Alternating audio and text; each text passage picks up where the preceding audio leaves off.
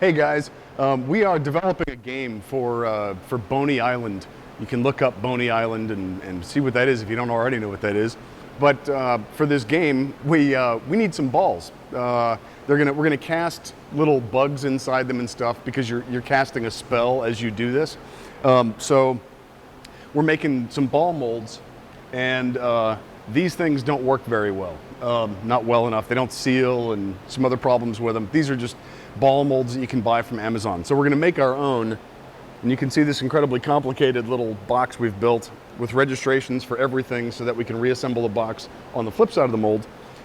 But to do this, we're going to use a very hard silicone, and we're doing that because again, you may have remembered in a previous video I said that it's very hard to cast a dimensional solid, something known like a cube or a sphere.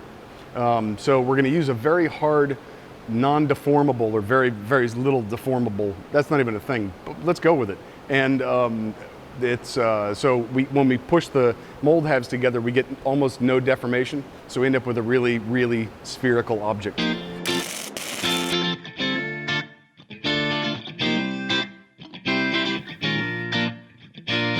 So the reason that this video is going to be a little different is that we're going to use a vacuum chamber to degas the silicone and make it as hard as possible and eliminate bubbles. And then later on, when we cast the resin, we're going to degas that as well, so that we don't end up with little occlusions or bubbles inside. We want them to be as clear as possible. And so this is going to be a little different.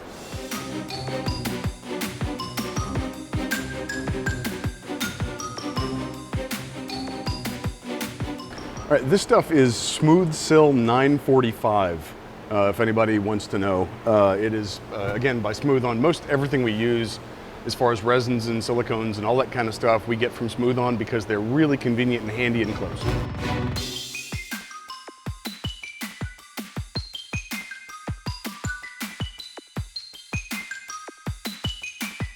So I'm just letting you see what the mold keying and everything looks like inside this, because we didn't really show you that well before. So that's our first half of the mold, and we're about to mix and degas our second half.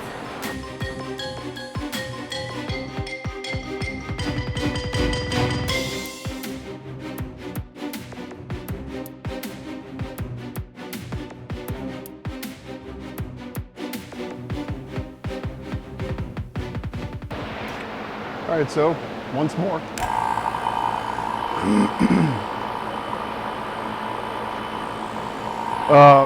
If anybody's curious, this is a 5-gallon vacuum chamber, and the pump is a 7 CFM pump. It's a pretty big one. It's a half horsepower, so it draws the vacuum fairly quickly, which is good because it allows us to use it on stuff that doesn't have a long pot life. This stuff has a 25-minute pot life, and we spend probably 2.5 minutes or so vacuuming this stuff out, and so that doesn't really hurt us that much. If we had something that drew it really slowly and we had a 10-minute pot life, our pot life is gone by the time the vacuum is finished pulling. So hooray. Negative 25. Here it comes.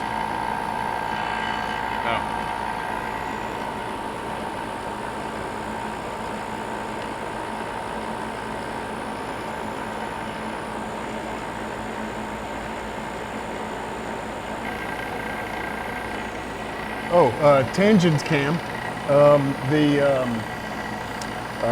You basically, when the stuff falls, like a souffle that's going bad, when it falls, you want to turn the vacuum off. You don't want to keep it going for a long time. You can actually hurt the silicone if you do that, or a lot of different materials. You can actually hurt them.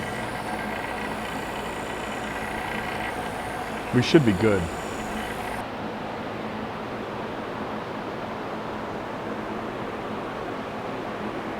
Actually, look down in there too.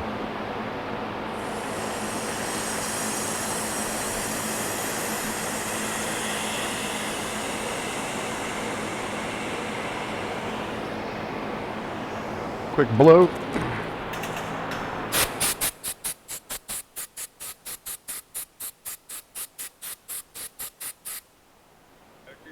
are you blowing back into it?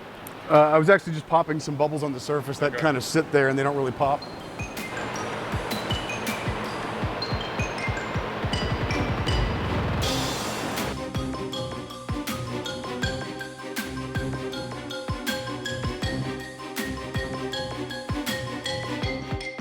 Well, hopefully we've edited that down into something of a palatable thing. And then next we're going to pour a test copy ball of resin. This stuff we're trying to make an efficient box because it's rather pricey as far as silicones go. It is, I believe, $220 for a 1 gallon kit. So that's, try and make efficient use of materials and stuff like that. All right, it's time to test this guy. I can't tell you how beautiful this came out. Let me look at this. Look how beautiful that is. Ooh, it's a nice, beautiful mold. Anyway, what I've got is some 325 resin. This is, I've mixed a fluorescent pigment with this so that it'll be UV reactive. We're doing this whole thing as kind of a Halloween piece. And so this thing will have blacklight illumination and so cool that kind of way. We are degassing the resin in this case so that there are no bubbles inside the ball. Because maybe that's good in some circumstances, in other ones it's not. Pro tip, little drinking paper cups is a great inexpensive funnel. You just cut the tip off and now it's a funnel. All right, I cut too much of the tip off, so.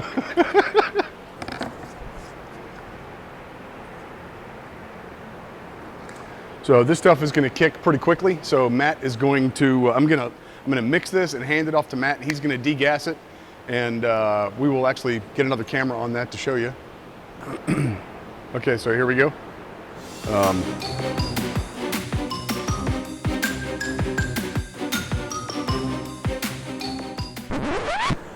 All right, so let me explain what happened. This thing kicked off while it was in the pressure pot.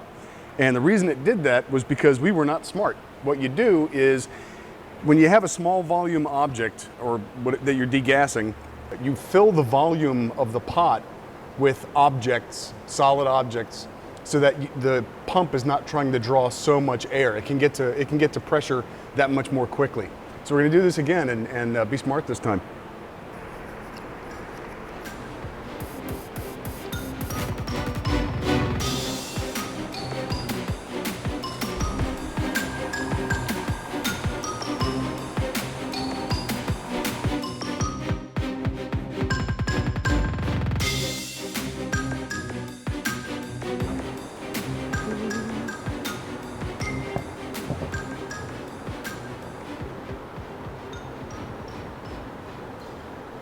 Crap.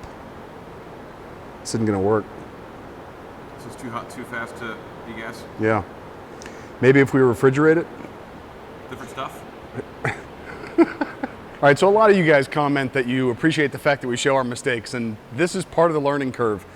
I don't know if the vacuuming it is increasing the temperature somehow. It should actually lower the temperature. Yes, but for whatever reason, it seems to be kicking off fast. Now, it's about 85 degrees in the shop right now.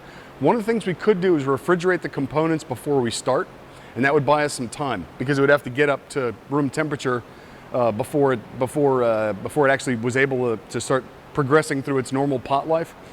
But I think in this circumstance, this is hilarious to me. Like in mid-pour, it just froze. We may just end up having to go with a different resin. Certainly, this is a little too quick. And the faster solution to get it on camera anyway is just to go buy more resin rather than refrigerate it and wait till tomorrow. So we're going to do that. All right, well, as you all know by now, failure is part of the game. So we're going to keep going. This is now 326. This is like a slower pot life. Takes about an hour to cure. So our cure time is going to be longer, but at least we can get it done. So time lapse begins.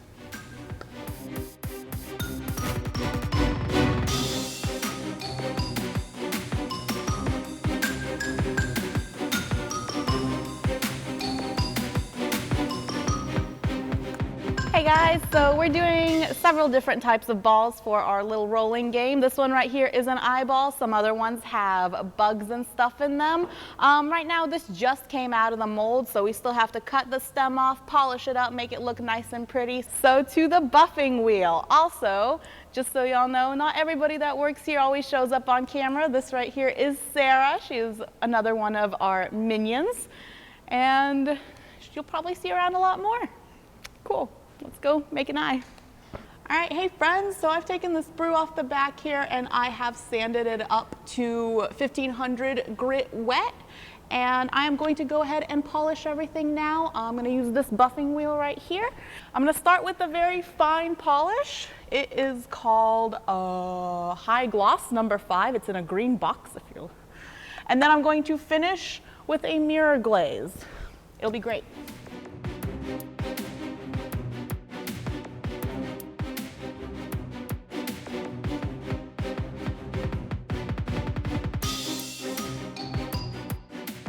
So to kind of finish this off, once I've done everything with my polishing wheel, I'm going to go ahead and take a minute and polish it with a little bit more of the mirror glaze by hand.